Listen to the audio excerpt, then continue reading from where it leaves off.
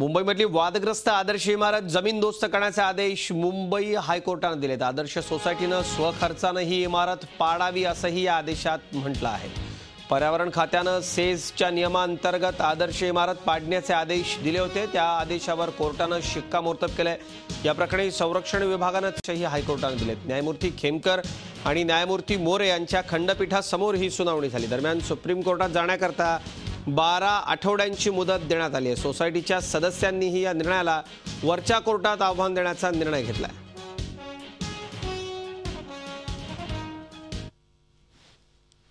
आदर्श घोटाले के जो बीच में हमने जो पूरी मेहनत की थी और कोर्ट के सामने जो सुनवाई के लिए रखी थी, उससे आज पता चल रहा है कि न्याय है। तो थोड़ी दिक्कत होती है क्योंकि इनमें जो थे बड़े बड़े लोग थे, बड़े बड़े बाबू लोग थे, बड़े बड़े मिनिस्टर थे और आप लोगों की भी मेहनत है कि आप लोग भी इसमें जुड़े रहे और आखिरकार जाके आज आदर्श गिराने की ऑर्डर हाई कोर्ट से मिली। लेकिन उन्होंने एक उनसे मुदत मांगी है कि 12 हफ्ते का टाइम दिया जाए, लेकिन आज की जो ऑर्डर थे उसमें हम संतुष्ट है। हमारे साथ में अन्याय हुआ है क्योंकि हमारे नेवी आर्मी मिलिट्री के कई ऑफिसर है जो बेघर हो गए हैं आज की तारीख में। जिसने बॉर्डर के ऊपर जिसने युद्ध किया है, जिसने जिंदगी बिताई है, जिसने बैंकिंग से लोन लिया हुआ है, वो सब फैमिली ये डिमोलेशन का ऑर्डर के बाद में बहुत चिंतित हो गए हैं क्योंकि आज 6 साल लगा ऑर्डर के लिए। ऑर्डर गिराने को देना तो पहले ही दे देना था हाई कोर्ट को, लेकिन अभी हम उसका सुप्रीम कोर्ट में जाएंगे और हमारे पास कुछ एविडेंस हाई कोर्ट के बारे में भी है हमारे पास, वो भी हम डिस्क्लोज करेंगे क्योंकि हमको जो न्याय चाहिए वो न्याय हमको मिला नहीं है। माझे सहकारी अजित मांढरे आपल्याबरोबर आहेत। अजित, दोन्ही बाजू आपण ऐकून घेतल्या। आदर्शचं प्रकरण गेली अनेक वर्ष माध्यमांमध्ये देखील गाजतंय। न्यायालयाच्या आदेशात आज नक्की काय म्हणण्यात आलंय? खंडपीठाने आदेश देताना कुठल्या बाबींचा प्रामुख्याने उल्लेख केलाय? अजित, मुंबई उच्च न्यायालयानं सर्वात महत्त्वाचं एक पॉइंट आउट केलं ते म्हणजे पर्यावरण खात्याने आदर्श सोसायटीला त्यांची जी इमारत ज्या जागेवर उभी आहे ती इमारत सेटच्या नियमांतर्गत येते, त्यामुळे त्या ठिकाणी इमारत बांधू शकत नाही आणि जी टोलेजंग इमारत बांधलेली आहे ती देखील पूर्णतः चुकीची आहे। हा जो आदेश पर्यावरण खात्याने दिला होता आणि ते पर्यावरण खात्याने हे देखील सांगितलं होतं की या अंतर्गत ही इमारत पाडण्यात यावी, त्या आदेशाचा रेफरन्स घेत न्यायालयाने हे आदेश दिलेले आहेत। मुंबई उच्च न्यायालयाने सुरुवातीला स्पष्ट केलं की पर्यावरण खात्याने जे आदेश दिलेले आहेत त्यामध्ये पूर्णतः तथ्य आढळलेलं आहे। ही जी इमारत आहे ती सेटच्या जमिनीवरती आहे, सेटच्या नियमांचं पूर्णपणे यामध्ये उल्लंघन झालेलं आहे। मुळात ही जमीन ज्या पद्धतीने एक्वायर केली गेली त्यामध्ये राजकीय नेते असतील, मंत्री असतील, अधिकारी असतील आणि बाहेरचे काही लोक आहेत त्यांनी सर्वांनी संगनमत करून ही जमीन बळकावलेली आहे आणि यामध्ये इमारत उभी केलेली आहे। विशेष करून ज्यावेळी इमारत सुरुवातीला काही 13 माळ्यांची उभी राहणार होती, पण त्यामध्ये जसजसे मेंबर्स वाढत गेले त्यामध्ये अधिकारी आहेत, मंत्री आहेत, त्यानंतर काही राजकीय नेते आहेत दिल्लीतले, या सर्वांनी प्रत्येकाला लाभ मिळावा याकरता याच्यामध्ये आदर्श इमारतीला परवानगी देत गेले किंवा वेगवेगळ्या मार्गाने आदर्श इमारत कशी वैध होईल याकरता प्रयत्न करत गेले आणि त्या बदल्यात त्यांनी इमारत घेतली, त्याबद्दल त्यांनी फ्लॅट घेतले। या संपूर्ण गोष्टी न्यायालयाने पॉइंट आउट केल्या।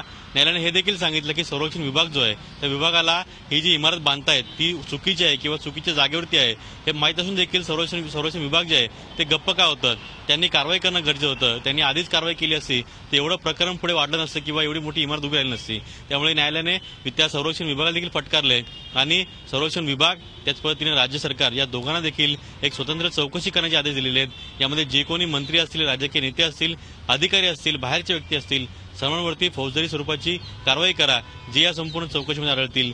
त्याच पद्धतीनं ही इमारत जी आहे ती इमारत जेव्हा पाडली जाईल त्याचा जेवढा खर्च येईल तो सर्व खर्च आदर्श इमारतीचे सदस्य आहेत त्यांच्याकडून वसूल केला जावा आणि जे 7 प्रतिवादी आहेत म्हणजे आदर्श सोसायटीने ज्या 7 लोकांना प्रतिवादी केलं होतं त्या प्रत्येकाला 1 लाख रुपये जे दंड आहे ते आदर्श जी इमारत आहे त्या सदस्यांनी देण्याचे आदेश देखील न्यायालयाने दिलेत। मुळात न्यायालयाने आदेश देताना सुरुवातीला स्पष्ट केला आणि सविस्तर आदेश दिलेले आहेत की कशा पद्धतीनं चुकीच्या जमिनीवरती चुकीच्या पद्धतीनं फेरफार करून जी इमारत बांधलेली आहे ती पूर्णतः चुकीची आहे, त्यामुळे ती पाडण्यात यावी। त्यानंतर ज्यावेळी आदर्श इमारतीचे जे सदस्य होते, जे पिटिशनर होते, त्यांनी वेळ मागितला की न्यायालयाने हा आदेश दिलेला आहे, उच्च न्यायालयाने आदेश दिलेला आहे, पण यावरती देखील न्यायालय आहे त्या ठिकाणी दाद मागण्याकरता आम्हाला वेळ द्यावा।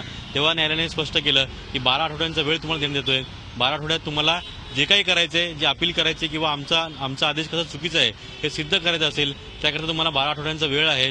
त्यामुळे हा पूर्ण वेळ घेऊन तुम्ही बरोबर आहात हे तुम्ही सिद्ध करा किंवा हायकोर्टाचा निर्णय चुकीचा आहे हे सिद्ध करा आणि तुमची इमारत वाचवा असं न्यायालयाने स्पष्ट केलं। अजित, या सगळ्या प्रकरणामध्ये अगदी सुरुवातीपासून जर आपण बघितलं तर मुख्यमंत्री बदलत गेले, पण राजकारणी, विविध पक्षाचे नेते, सरकारी अधिकारी या सगळ्यांची अभद्र युती या सर्व प्रकरणामध्ये आपल्याला दिसून आलेली आहे। पण या सगळ्याच्या पेक्षा न्यायसंस्था मोठी आहे। आज न्यायालयानं हे सिद्ध केलेलं आहे, पण मोठी लढाई याकरता लढावी लागली। काय या याचिकाकर्त्यांची प्रतिक्रिया होती या निकालानंतर? आज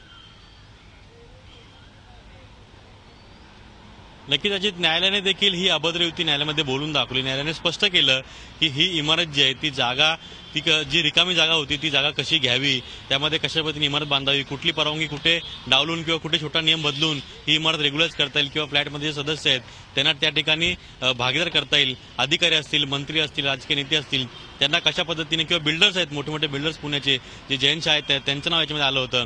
या सगळ्यांना यामध्ये सामावून घेण्याकरता कशा पद्धतीने नियमांना आपण आमच्याबरोबर असेच राहा। भारतीय जनता पक्षाचे खासदार किरीट सोमय्या आपल्याबरोबर आता फोन लाईन वरून आहेत।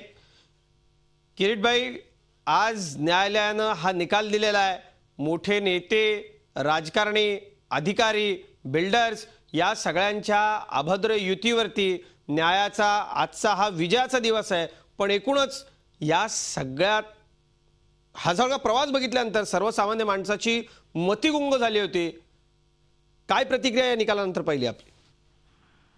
आदर्श भ्रष्टाचारावर आदर्श दणका, अत्यंत आनंद झालाय। भ्रष्टाचार विरोधातला लढाईतही ही हॅट्रिक आहे। सुरुवात झाली हे मोठ्या बोगस चिट फंड कंपन्यांच्या 5 मालकांना जेलमध्ये पाठवण्यापासून, त्यानंतर संबंध भुजबळ परिवार, आणि आता अशोक चव्हाणांची आर्थर रोड मध्ये जाण्याचा मार्ग मोकळा। किरीट भाई, या सगळ्या प्रकरणाला आता या पुढच्या कोर्टामध्ये आदर्शचे रहिवासी जे आहेत ते आणखी आव्हान देणार आहेत। पण एकूण न्यायालयाचा आजचा निर्णय जर बघितला तर न्यायालयानं या सगळ्यांच्या अभद्र युतीवरती स्पष्टपणे भाष्य केलेलं आहे। न्यायालयानं आपलं निरीक्षण नोंदवलंय की कशा पद्धतीनं हे या सगळ्या शक्ती मिळून, या सगळ्या ताकदा मिळून सरकारला, सर्वसामान्य जनतेला वेठीस धरतात। अशा पद्धतीचं हे सगळं प्रकरण घडू शकतं। काय आपण म्हणाले यावरती? मी आपल्याला आठवत असेल की मार्च 2015 मध्ये नवीन महाराष्ट्र सरकार पुढे याचिका केली सीबीआय कडे आणि नवीन राज्यपालांकडे की ज्या पद्धतीने आदर्शवीर अशोक चव्हाणांना या खटल्यातून राहुल गांधींनी मुक्त केलं होतं, आणि माननीय राज्यपालांनी, सीबीआयनी माझ्या विनंतीचा विचार करून आता अशोक चव्हाणांच्या विरोधात फौजदारी कारवाईला परमिशन दिली, जी या एप्रिल पासून सुरू झाली आहे। जी, हायकोर्टाने एका पद्धतीने आता सीबीआय स्पेशल कोर्टला पण इशारा केला आहे की तुम्ही क्रिमिनल प्रोसिडिंग ला गती द्या, भ्रष्टाचाराशी समझोता नको। जी जी, खरं आहे। ज्या पद्धतीने क्विड प्रो को त्यात अधिकारी होते, बिझनेसमॅन होते, मंत्री होते, आपल्या पदाचा दुरुपयोग करून अशोक चव्हाणीने तर आपल्या चाली, चालेची चाली हद्द केली होती। मला खूप आनंद झाला आहे। किरीट सोमय्या, वेगवेगळ्या या सगळ्या गोष्टींच्या करता जनता आपल्याकडे आशेने पाहत असते। या घोटाळ्यात अडकलेले अनेक सरकारी अधिकारी जामिनावरती आहेत, काही जण उजळ माथ्यानं नोकरीमध्ये आहेत, काही जण राजकारण समाजकारणामध्ये नाकवर करून प्रतिक्रिया देतात। या सगळ्यांच्या इतरही गैरव्यवहारांचा आपण पोलखोल कराल आणि त्यांच्यावरती कारवाई होण्याकरता आता सरकार आपण पावलं उचलाल याकरता शुभेच्छा आपल्याला आणि धन्यवाद। आपण झी24 तासशी बोललात त्याबद्दल। अजित मांढरे माझे सहकारी आपल्याबरोबर होते। अजित, या संपूर्ण प्रकरणामध्ये झी24 तासनं, झी मीडियानं अगदी सुरुवातीपासून आपण सर्वसामान्य जनतेच्या समोर खरं काय आहे ते ठेवण्याचा प्रयत्न केला। आपण निष्पक्ष बातमीदारी या सगळ्यामध्ये केली आणि न्यायालयाचा आज हा निर्णय आलेला आहे। 1999 पासूनचा सगळा प्रवास अनेकदा झी24 तासनं या आदर्श प्रकरणाचा जनतेच्या समोर मांडला। धन्यवाद या माहिती करता आपल्या। झी24 तास रहा एक पाऊल पुढे।